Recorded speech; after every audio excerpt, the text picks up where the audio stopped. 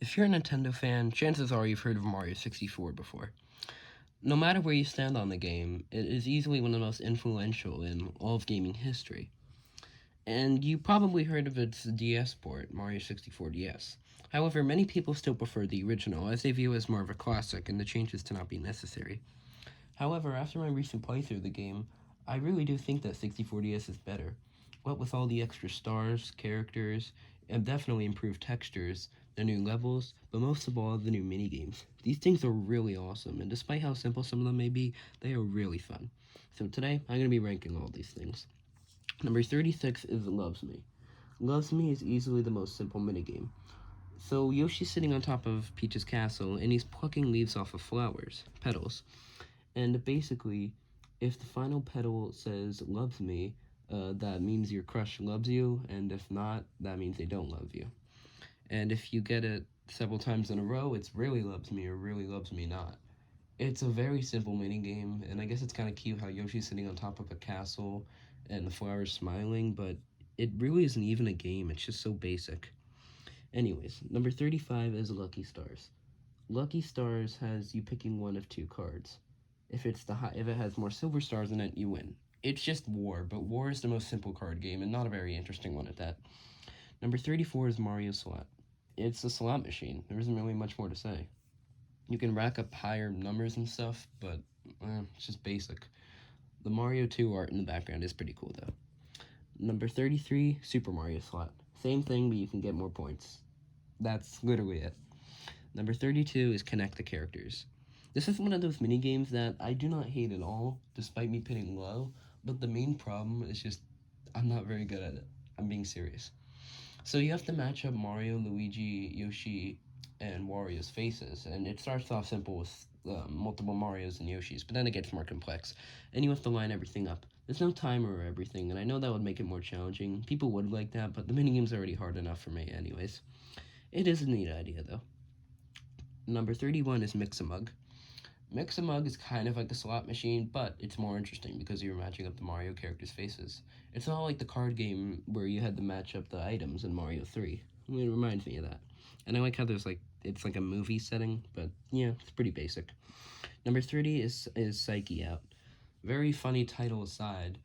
What you're doing in this one is you see a certain card that has a mushroom or flower and star on it, and you need to guess whether it has a certain item on it, and you can just barely see past the card, which I do like because it's not complete luck, so it's not completely boring. So yeah, it's kind of interesting, but not really, and it does get old quickly. Number 29 is Puzzle Panic. So there are two variants of this minigame, and basically in both of them, you need to turn over certain bricks or panels to make certain items appear to match the top screen. I like the Yoshi Sphinx. Both of these are pretty similar, but this is the harder version, meaning I'm not as good as it, also meaning I'm not having as much fun. 28 is Puzzle Panel. Like I said, it's the same thing, but it's easier, so I can get farther. That's about it. Number 27 is Memory Match. It's a memory game. Pretty basic, only 8 cards, so yeah, it's not that interesting. Ironically, it fades from memory quickly. Number 26 is Giant Snowball Salem. Now, Wario has some pretty good mini games. This is not one of them. Basically, you have to roll a snowball with the stylus down a hill, and there are penguins and rocks to avoid. Your snowball is huge, so it's easy to knock in other objects, and the added penguins here make it more challenging than the normal version. Number 25, Snowball Salem. This is the normal version, but there are no penguins, and the snowball is smaller, so it's easier. It's kind of fun, but it definitely gets old and isn't that interesting. Number 24 is Intense Concentration. Okay, we're almost done with these multiple variants. Basically, this one has a bunch of coins falling into different bricks, and Wario is just very excited about it, of course, and you need to guess which bricks have the right coins. This is the harder version, but weirdly enough, there are less coins, but I guess that makes it harder.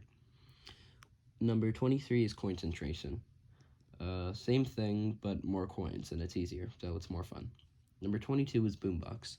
Imagine a memory game, but slightly more unique because it uses sounds instead of cards or objects. Another thing that makes it funny is the Mario face, which is laughing at the top of the screen and looking down at you. It's kind of weird, but it's funny. Number 21 is Hide and Boo Seek. Hide and Boo Seek is fitting for Luigi since it's, like Luigi's Mansion. Basically, you have to use your stylus to clear up the darkness and find the boo. You only have 3 seconds, but then 2. So yeah, it's a pretty quick minigame and it's easy to lose, but it's an interesting idea for what it's worth. Number 20 is Which Wiggler. In this minigame, you need to find the proper wiggler that has the same patterns. It eventually gets very challenging, but it is a neat idea. And of course, the wiggler will get angry if you mess up, as they do. So it's nice, and I like the music. Number 19 is Shuffle Shell. Imagine curling, but in a Mario game. Well, not exactly. Basically, you need to hit the Koopa shell into the target and match it up correctly. It's nice, and I do think it has some amount of replayability, but I say that there's another version of the minigame that's better, 18, Shell Smash. In this minigame, you rack up points, and it's a bit like bowling, but instead of trying to knock down pins or anything, you're just trying to get as many points as possible by hitting these shells. And the red shells you can get more points out of. It's interesting, and like I said, it's replayable, and I do think it's better than the previous shell minigame. Number 17 is Memory Master. It's Memory Match, but there are more cards. Therefore, it's harder, therefore, it's more interesting, therefore, it's higher on the list. Number 16 is Mario Slides.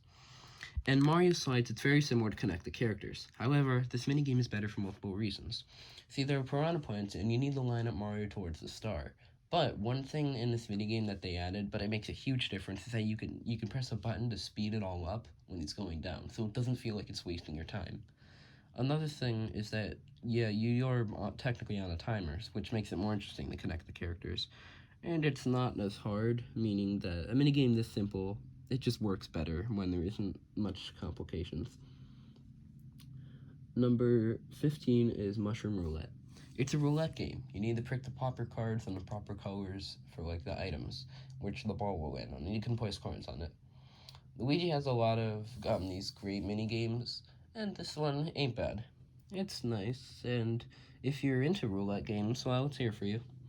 Number 14 is Bounce and Pounce. This is one of several mini games where Mario has to bounce. You can tap these different guys, and you need them to land on the fly guys.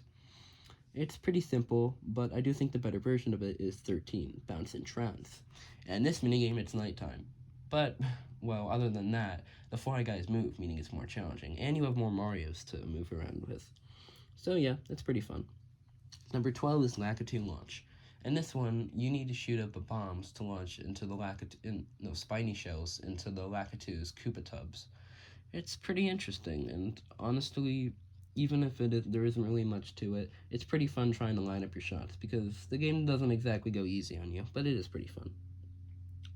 Number 11 is Wanted. Wanted might just be one of the most iconic minigames here. Basically, you need to find a certain character on the bottom screen by tapping on it with a stylus, and it can get pretty tricky. Many people think this minigame is infamously easy. It's kind of true, but after a while, running out of time is definitely something that happens.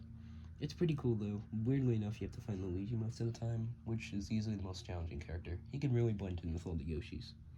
Number 10 is Slot Shot. We're entering the top 10 with a pinball minigame. I like pinball enough, but what makes this minigame more interesting is that if you land the pinballs into the piranha plant's mouth, you can open up a pass to a pipe, which lands on the button. What this button does is spin slots, and if you get slots like, say, 3 stars in a row, the game gives you extra points, and you can make them land in holes. So yeah, for a pinball minigame, it's pretty good. Number 9 is Talk Smock Shovel. Now, Shell might just be the most famous game in human history. Basically, you have to get an object under 3 other objects, like a shell or a cup nowadays, and you need to pick out the right one. This minigame, and just the shell game in general, is very simple and basic, but because it's not luck-based, anyone can enjoy it if you're good enough. It's used in Mario Party all the time, and it's used here. Basically, pick out the right Yoshi from under the Tox Box. Eventually, there's a blue Yoshi, and the return of the Mario head from the Boombox minigame. It's really fun, and I'm very fond of these shell game minigames, so of course it had to be high. Number 8 is Trampoline Time. Trampoline Time has Mario bouncing around on trampolines and landing on certain platforms, girder beams. It's based off the Mario vs. Donkey Kong art, which I find to be pretty interesting, and that's another reason why I put this minigame up high. Also because making the trampolines is fun, because you need to score your stylus across the screen. Number 7 is Bingo Ball. Another pinball game, but what makes this one more interesting is that landing it in certain slots on this pegboard, you can match up a bingo by getting the numbers in a row. Now, bingo and pinball are both pretty basic minigames, but when you combine them, you have something truly special. This minigame is a lot of fun. Number 6 is Bomb Squad. Think Lakitu Launch, but this time you're using bombs to hit other, using cannonballs to hit other bombs. And if you hit the Lakitus, you can get a bunch of them to go away. Basically, we're doing all this to protect 4 flowers, which is kind of funny. So yeah, it's a pretty good minigame, and I do think it's better than the Lakitu one, which is already pretty great. We're entering the top 5 with Paragon. You need to match up 2 cards, and when you do, they're going to add more and more cards. And it's pretty much like Candy Crush, but the game can end, which is why the better version for Paragon and on is higher. And this version is endless, and as long as you still have card variants, the game's going to keep going. It's a lot of fun, and it's very addicting. Number 3 is Trampoline Terror. Easily my favorite of these trampoline minigames. It combines everything I love about them. Nighttime, bouncing Marios, trampolines, fly guys, as well as there being rings too.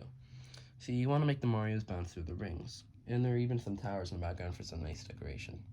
Yeah, it's pretty simple, and there is a lot going on, but it's a very fun minigame, and I've definitely gotten to a very high score in this one. Number 2 was Sword Explode. Sword Explode has you sorting black and pink bombs. That's literally it. But what makes the minigame so fun is because there's so many bombs on screen, and you really gotta swipe your stylus quickly, and if one of them is left out in the open too long, it explodes. That's an easy thing to do. And every time you get a group of 40, the game stops for a moment, giving you a nice pace breaker. It's such a fun minigame, and easily one of the best ones, and it's easy to understand why it's so iconic. And number 1 is Picture Poker. Literally poker in a Mario game. It doesn't get better than this. You can bet extra coins, you can get a full house, you can get 3 of a kind. It's just such a fun minigame. You can get a royal flush too, full house, all the stuff. All the while, Luigi is cheating. Well, not cheating, but it's a very fun minigame, and a lot of these are really. So if you have Mario 64 DS, play these minigames because they're super fun. Thank you for watching. Goodbye.